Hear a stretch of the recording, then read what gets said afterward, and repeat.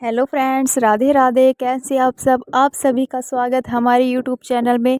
तो फ्रेंड्स, आज है करवा चौथ।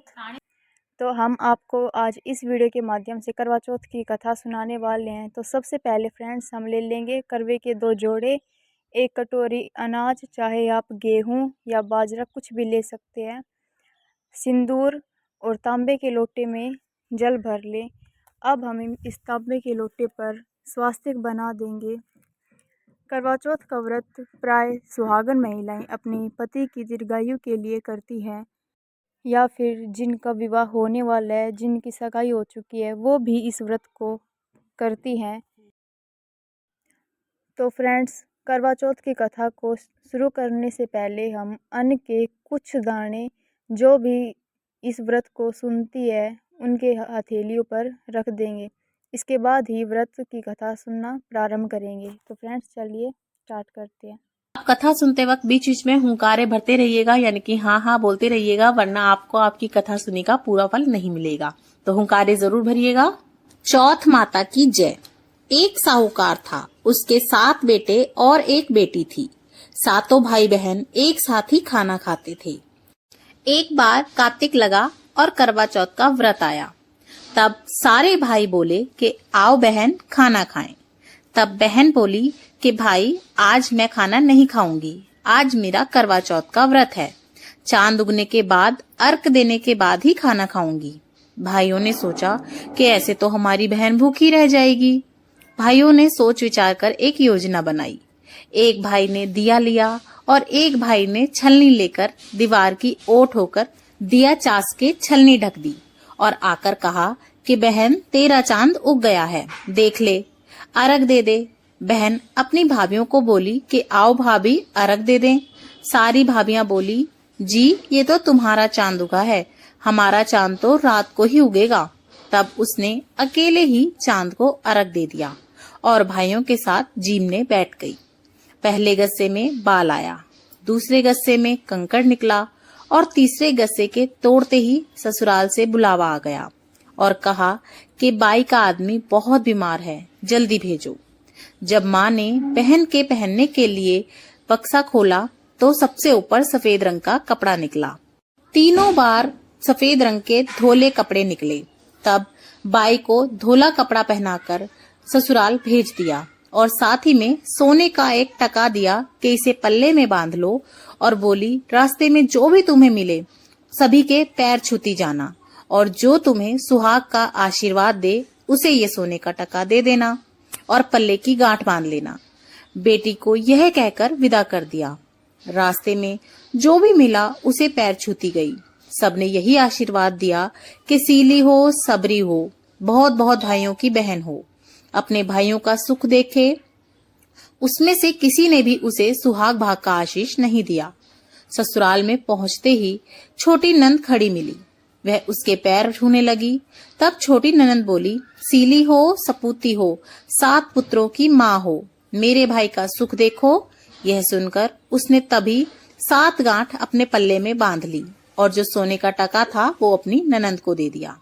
अंदर गई तो सास ने पीढ़ा नहीं बिछाया और बोली, ऊपर मरा पड़ा है, जाके वहीं बैठ जा। तब वह वहां गई और उसने देखा कि उसका पति मरा पड़ा है। वह वहीं बैठ गई और उसकी सेवा करने लगी और जो कुछ भी बचा कुचा बासी सास भेज देती उसी को खाके वह गुजारा कर लेती थी। इसी तरह पति की सेवा करते और बचा कुचा खा पी के वह अपने दिन काट लेती थी। मंगसर की चौथ आई और चौथ माता बोली, करवा ले भाइयों की प्यारी बहन, करवा ले, दिन में चांद उगानी करवा ले, घनी भूखी करवा ले। तब वह चौथ माता को देखकर बोली, माता तुम ही ने उजाड़ी है, तुम ही सुधारोगी, मुझे सुहाग देना ही पड़ेगा। चौथ माता ने कहा कि पौ की चौथ आएगी तो उनसे बोल देना, वो मेरी बड़ी चौथ है, वो तुम्हें सुहाग दे देगी। इसी तरह पौ की चौथ माता आई और आकर चली गई। माघ की आई, फागुन की आई और आकर चली गई।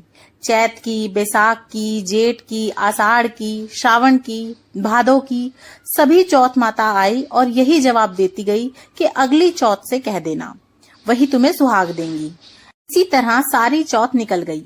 पीछे आसौज की चौथ आई। उस चौथ ने कहा कि तेरे ऊपर कार्तिक की चौथ माता नाराज है, उसी से तेरा सुहाग दिया जाएगा। वही तेरा सुहाग देगी, उसी ने तेरा सुहाग लिया था। उसके पैर पकड़ लेना और बैठ जाना। यह कहकर वह चली गई। पीछे कार्तिक की चौथ माता आई, गुस्से में बोली, भाइयों की प्यारी करवा ले, दिन में चांद उगानी करवा ले, घनी बुखाली करवा ले, व्रत भांडनी करवा ले। तब साहूकार की बेटी ने सोचा, ये तो वही चौथ माता है और ये मुझे ही बोल रही हैं। वो भागकर गई और चौथ माता के पैर पकड़कर बैठ गई और रोने लगी।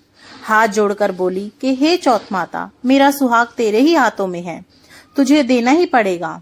चौथ माता बोली कि छोड़ पापनी हत्यारनी, मेरे पर क्यों पकड़ बैठी है।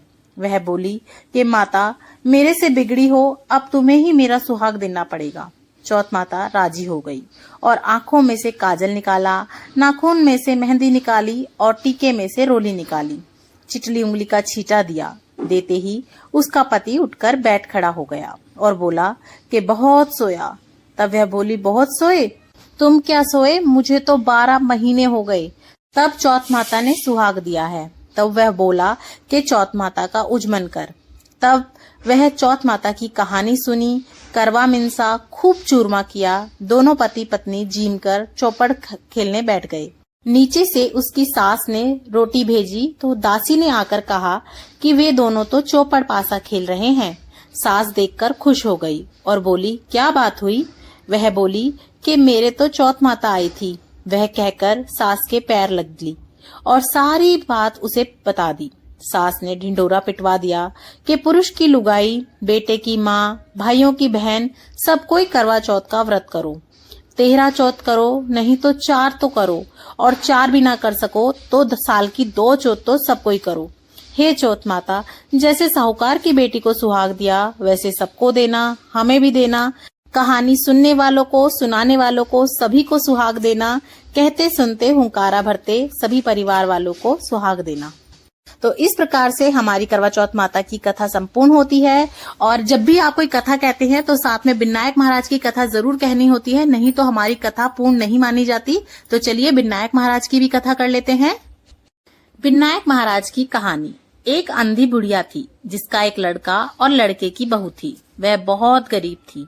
वह अंधी बुढ़िया नित्य प्रति गणेश जी का पूजन किया करती थी। गणेश जी साक्षात सम्मुख आकर खड़े हुए और बोले, बुढ़िया माई, तू जो चाहे सो मांग ले। बुढ़िया कहती, मुझे तो मांगना नहीं आता। सो क्या और मैं कैसे मांगू? तब गणेश जी बोले कि अपने बेटा बहू से पूछकर मांग लो। तब बुढ़िया ने अपने पुत्र और पुत्रवधू से पूछा कि बेटा बता, गणेश जी महाराज आए थे, ऐसे ऐसे कह रहे थे, क्या मांगू? बेटा बोला कि माँ धन मांग ले। तो बहू बोली कि पोता मांग लो। तब बुढ़िया ने सोचा कि बेटा बहू तो सब अपने अपने मतलब की बात कर रहे हैं। वे बाहर चली गई।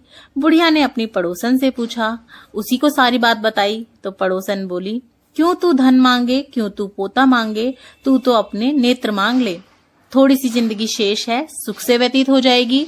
उस बुढ़िया ने बोला, बेटे और बहू सब अपनी अपनी बात कह रहे हैं, पड़ोसन भी सही कह रही है।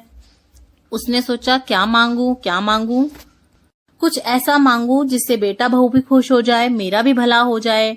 बुढ़िया बाई पूरी रात सोचती रही। अगले दिन जब गणेश जी आए और बोले, मांग बुढ़िया माई, क्या मांगती है? तो बुढ़िया माई बोली, हे गणेश जी महाराज, यदि आप मुझ पे प्रसन्न हो तो मुझे 9 करोड़ की माया दो, निरोगी काया दो, अमर सुहाग दो, आंखों की रोशनी दो, नाती पोते दो और समस्त परिवार को सुख दो और अंत में मोक्ष दो। बुढ़िया की बात सुनकर गणेश जी बोले, बुढ़िया माई, तूने तो मुझे ठग लिया। खैर, तूने मेरी इतनी भक्ति करी तो अब जो तू मांगेगी वही तुझे मिलेगा। इतना कहकर गणेश भगवान वहां से अंतर ध्यान हो गए और बुढ़िया माई ने जो जो मांगा था उसे वह सब कुछ मिल गया। हे गणपति भगवान, हे विनायक महाराज, जैसे आप बुढ़िया माई पे टूटे ऐसे हम पे भी टूटना, सभी पर टूटना, कथा सुनने वालों पर, कथा सुनाने वालों पर, सभी पर अपनी कृपा दृष्टि बनाए रखना। तो इसी प्रकार से हमारी विनायक महाराज की कथा भी संपूर्ण होती है। उसके बाद ये कथा सुनी के जो दाने हैं ये आपको आधे तो अभी अर्घ देने हैं सूर्य भगवान को और आधे आपको शाम के लिए रखने हैं चंद्रमा को अर्घ देने के लिए। और अगर आपके यहाँ पे एक ही समय पर अर्घ दिया जाता है, शाम को ही कथा सुनते हैं, तो फिर आप अपने पल्ले में मत बांधिएगा। लेकिन देखिए हमारे यहाँ पे इसी तरह से अपनी साड़ी के पल्ले में या पीलिए के पल्ले में बांध लिए जाते हैं ताकि हम शाम को अर्घ दे सके। आप चाहे तो किसी कटोरी में भी रख सकते हैं। उसके बाद अभी सूर्य को अर्घ देंगे और रात को चंद्रमा को